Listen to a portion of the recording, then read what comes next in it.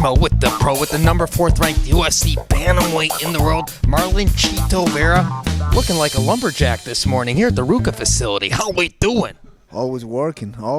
See, we get ready to hammer every day. That's right, hammer it in, baby. Looking good, man. 4-fight win streak, 2 of those being performance bonuses. You're fighting UFC Vegas 69 against Mr. Cory Sandhagen. How are you going to get the performance bonus this time? Just as always, putting in work, applying pressure, and trying really hard. Is that UFC fighting 69? 69. Wow, that's my favorite number. Yeah, the Schmoes too. Fuck yeah. That's yeah, right. Yeah. Thought you'd like that one. Maybe you need an extra tattoo somewhere, some location to mark this one, 69. Yeah, well, not really. Yeah, you can copy that one. Some shit that had that already, a 69 tattoo, so we don't want to get mixed there, What I can do is a 69T, That works. Fighting at 69, we made it better.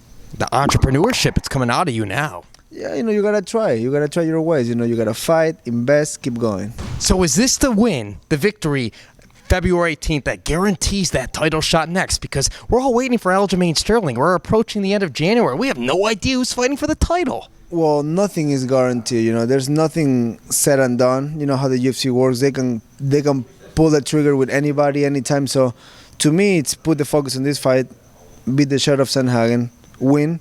That's all that matters to me. Like, what's going on with the division, what the Sterling prefers to do, no one can fucking control that. The guy have injuries, he's too big, who cares? What do you think they're going to do? Do you even care? Do you think they're going to do an interim? Do you think Henry Cejudo's going to go in there? Do you think they're going to put Sugar Sean O'Malley? Does it bother you whatsoever? Do you care? What do you think they're going to do, though? It really doesn't bother me at all. I'm focused on my life. I'm focused on training, get better, get ready. I have one thing ahead of me, and that's Cory Sandhagen. The rest, I don't give 2 fucks about it. So it doesn't matter who they give that title shot to? It doesn't matter to me. I have one job to do now, and that's Sandhagen. The rest, my life is paralyzed until the 18th. That's all that matters for me. But when you visualize yourself stepping inside the octagon, fighting for that belt right here this year, 2023, who do you think is going to be across from you? Any of those guys you just named. Anyone. It doesn't really matter who it is. I'm not a guy that focuses on the style and that stuff. My goal is win this fight, and we'll see what comes next. But first things first, right? That's right. Well, speaking of styles make fights, what do you make of Merab Devalshvili fighting Petr Yan? Those two stylistics, do you favor one guy beating the other in that one?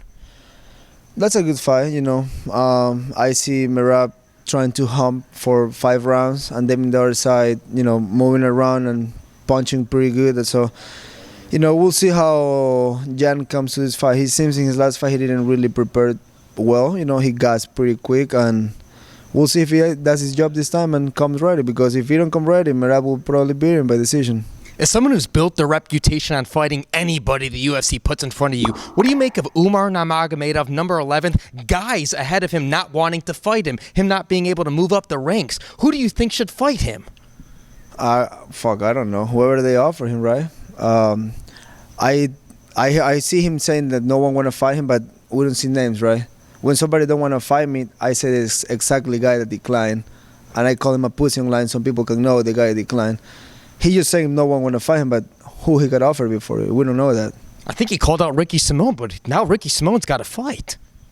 Well, sad for the guy. And what can all the fans expect out of you, Chito? I know we got the lumberjack. I know we got sprints today.